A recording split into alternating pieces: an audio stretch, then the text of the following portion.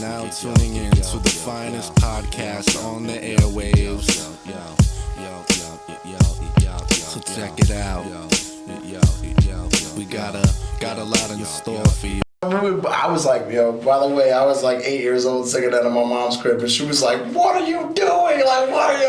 I was a teacher. Here I am. I got Mary Jane cranked up on the boombox to 1,000,000, in the crib. I'm dancing, I'm singing. I got a thing on my, I'm like, I'm feeling it. Because I was feeling the music. I was feeling solos and feeling everything, and just the funk of it was so funky. My mom like, turn that motherfucking shit down. She ready to kill me over it. Like, I got the soul, I'll kill your ass if you don't turn that got the Holy Ghost. I got the Holy. Let me go. I got the musical Holy Ghost right now. Yeah. Relax, like she ain't trying to hear that shit, bro. Yeah. She ain't trying to hear that. What was your influence that when you first started enjoying music? Did your mom play a lot of music? My mom, crazy enough that you asked that. My mom played in the marching band 101 at her college at South Carolina State University. My grandfather was one of the first black lawyers in the country ever. And he opened South Carolina State University. So my mom and all 12 of her brothers and sisters went there. And my mom played in the marching band as a saxophonist. Damn. And when I found out that my mom played the saxophone, I damn near wanted to go buy her one. I was like 3 or 4 years old. I was like, you play the saxophone? And I was like, yeah. Mom can play the saxophone. I was like, oh my God. Can I see you do it? I was so into music after that point. She was like, all my brothers, all your uncles and aunts play music. So I wanted to play music at that point. I knew I was going to be nice. I was like, fuck that. I already felt it. You know what I mean? I felt music great. Michael Jackson I was already singing bad than the motherfucker, doing Running Man, doing everything Mike could possibly put out. And I was born at that same time when I was realizing Mike is the shit.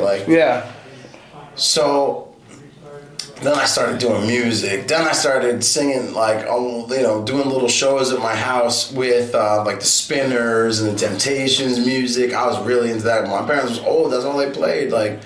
So they played all this music that meant something. So I knew what a hook and a 16 and a hook and a 16 was by listening to those songs. You know what I mean? And then I realized what good music was by listening to those songs. What you had to talk about. You know what I mean? To get your point across. And that was really my influences, was old ass music. Listening to Route 66 with what's the two L's for the way you look at me. Nat King Cole and Natalie Cole. My mom used to love them. Ray Charles. My mom used to love Ray Charles. My mom used to love Anita Baker. My mom used to love all these people that she used to play a lot of, and that I was like, wow, this is what good music sounds like. And my father was older than shit. He would play music from the 30s. He was born in 1939. So he would play Fats Domino and all this old classic rock shit. Yeah. And he was filling my head with that. So when I was in my mom's car, I'm listening to all this soul. When I'm in my dad's car, I'm listening to all this classic rock. Somewhere in the middle, I was like, I love both of these shits and they're different, but I could see the hip hop, and hip hop is on the rise too. So it's like, I can see how all this happened. You know what I mean? I'm a kid and I'm listening to all this shit. I'm a hip hopper, and my parents is old, so I'm getting into their music, and I can see how the progression happened as a kid. It's just apparent to me. And then I started to realize how deep I am into music at 10 years old. I'm so deep. I'm into 3 different genres. I'm in the fucking, artist names and everything. I'm in playing my own music, starting to play, shit on my own. My sister played the clarinet, so I played the trumpet. I was going. I loved that shit. But I didn't even realize what was happening to me. I didn't realize it was going to run right into Flowers and Candy. You know what I'm saying? I had no clue what the fuck was happening.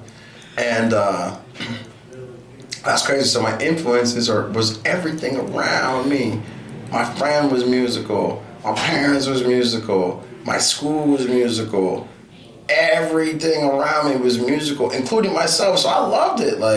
I don't know if everybody else had that same type of support for the shit that they loved. You know what I mean? It just so happened right in that time, I did. It was crazy, bro. Yeah. So I know I was reading that that 2 o'clock man went off good because the New London radio stations were blowing it up. Crazy. Said they kept playing it over and over again. Yeah. And that it was never like that. Yeah, never. That your song did all that. Yeah. Yeah, I read Getting that. people on. I read that. Yeah.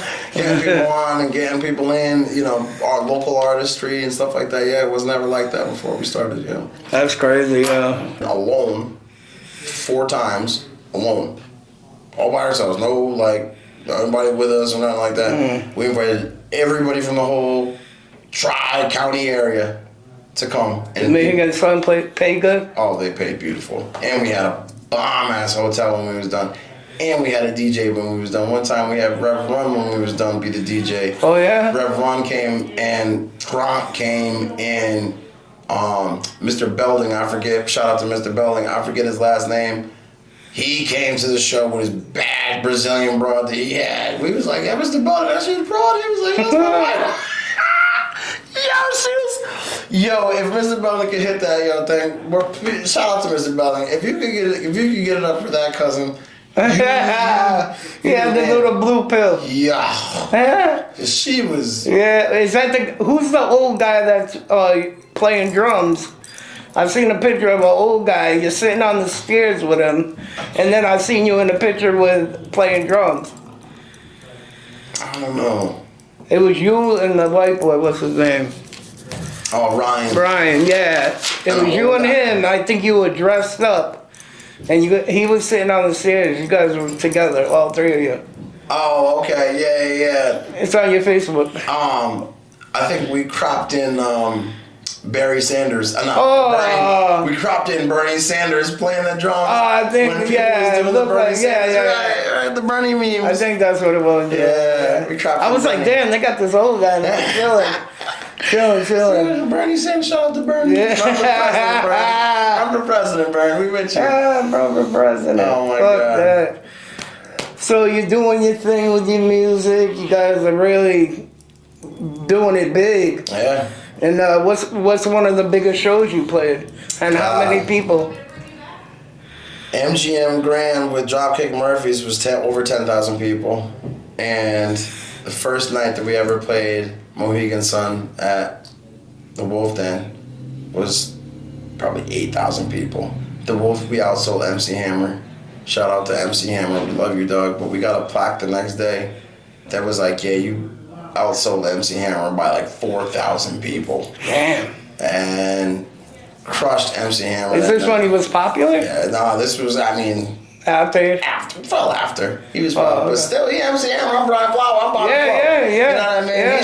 He should have had well over 10. Yeah. We had the 8. Nice. It was crazy. And we did the rooftop.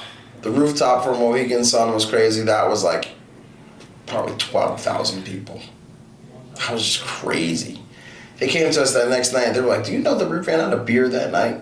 Do you know we ran out of popcorn, beer? Oh, we got paid good. Yeah, we got paid crazy that night. I got probably paid like $3,500 a piece that night. Rocking with the best duo, Adam A. And right next to him be the man Steve J. Touche if you're getting plays.